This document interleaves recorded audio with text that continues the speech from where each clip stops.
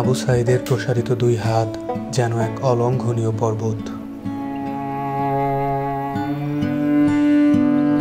কোনো বর্গীর সাধ্য নেই যেটা অতিক্রম করে বাংলাদেশের মানুষকে স্পর্শ করতে পারে।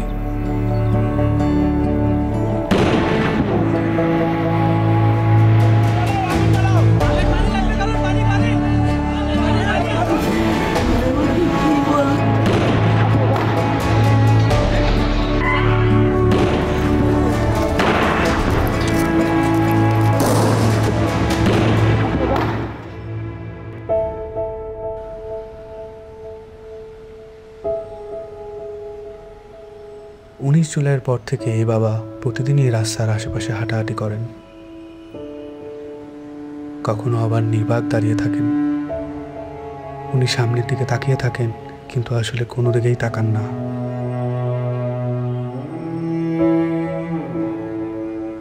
যেসব রাস্তা দিয়ে ওনার ছেলে হাঁটতো, ওইসব রাস্তায় উনি দাঁড়ালে উনি ওনার ছেলে রোম পান।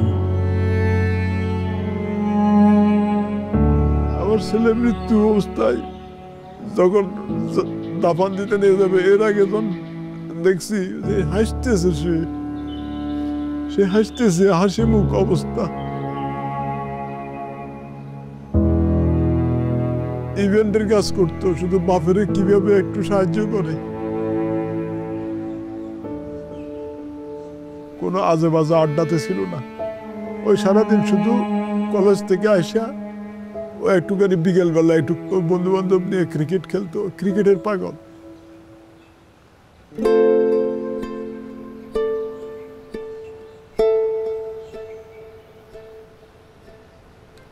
যে আমার পায়ের পাতা আছে এরকম একটা অনুভূতি হতো, কিন্তু আমি যখন হাত দিতাম তখন থেকে আমার পায়ের পাতা নেই, এরকম একটা প্রচুর অনুভূতি হতো। আমি অনেক কান্না করতাম। এই ব্যথার চেয়ে আমার ওই অনুভূতিগুলো আমার বেশি হতো, যে আমার পা আছে, আমি যখন হাত দিই তখন থেকে আমার পা নাই।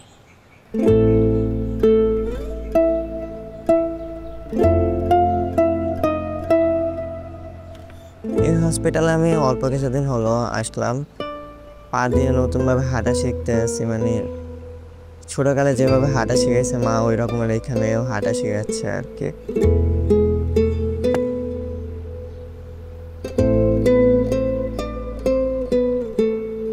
একটি প্রতিবন্ধী কিশোর, 7 বছরের বাচ্চা, ল্যাংড়া মানুষ যদি সংগ্রামে নামতে পারে, তাহলে আমি কেন বসে থাকবো ঘরে?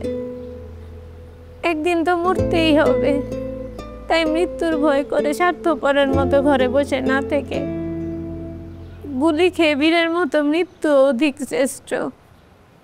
আমি যদি বেঁচে না ফিরি, তবে কষ্ট না পেয়ে গর্বিত হয়েও জীবনের প্রতিটি ভুলের জন্য ক্ষমা চাই। আনাস।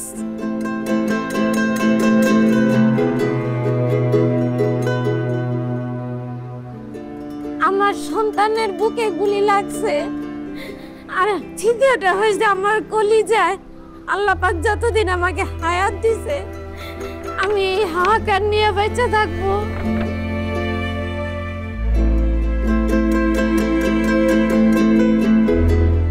প্রিয় বাবা আসলে আমাদের একটা কিছু না, কিন্তু চকলেট নিয়ে আসছে।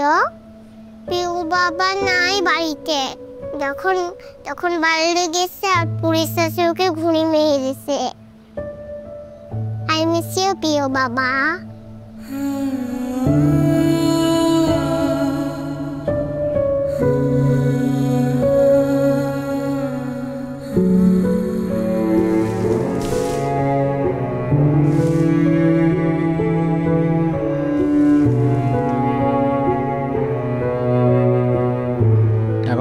চেম্বারের মধ্যে বক্তব্য দিছিল যে আমরা কোনো সরকার বিরোধী আন্দোলন নয়, আমরা নিজের অধিকার আদায়ের জন্য বলে বলা করার পরে ওদের পমেল বড়ুয়া ওই ছাত্রলীগের লিডার আসছিল, তাই সেই গলা চিপি ধরছিল, গালমুখত থাপড় মারছে।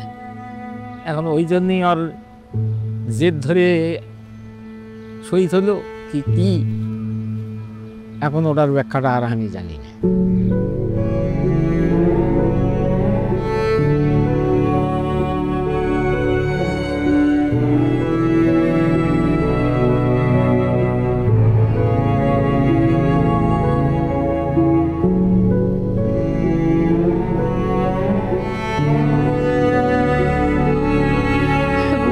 মায়ের দুধ খাইয়া ঘুমায়, সেই ঘুমটা ঘুমাইতে পারে না, তখন আবাইতে পাইয়া পাইতে পাই করে উলট ফুলট করে ঘুমের লেগে আবার উঠে কোলে লই।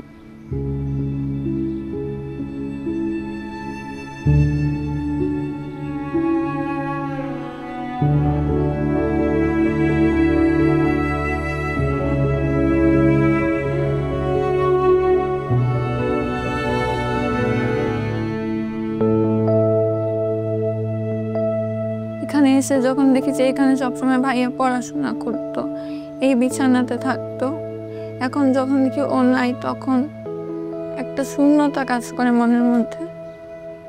খারাপ লাগে যখন দেখি যে ভাইয়া এই রুমে নাই।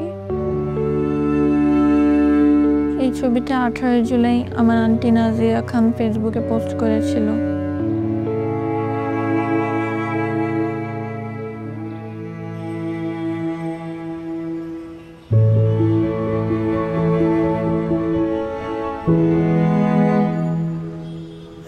আজ কতদিন আমার ছেলে আমার মা কয়, আমার মাও কয় না, আমার বুক হয় না, কয় না আমার বাপ বেড়ে দে।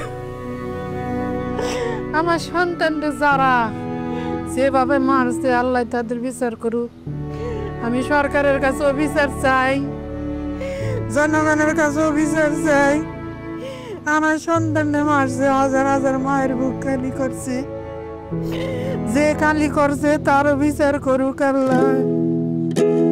কতটা তুমি হারালে বন্ধু, কেঁদেছে অন্তর, জানো না তুমি হারাবার ব্যথা, জানে পলাশির প্রান্ত।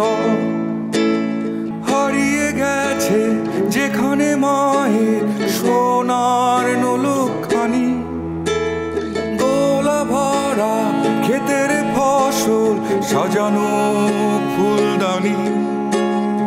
এ হারানোর বেদনা তুমি রেখো অন্তরে, দেখবে তোমার দুঃখ লুকাবে পলাশির প্রান্তরে। বাংলাদেশের বুকের ওপর চেপে বসা 36 দিনের এই ভারই আমরা নিতে পারছি না। একবার ভাবি চলেন 16 বছরে কত বড় ভার হয়ে এটা আমাদের বুকের ওপর বসেছিল। এই ভারই আমাদের শক্তি দিক সংস্কার করে নতুন বাংলাদেশ গড়ার।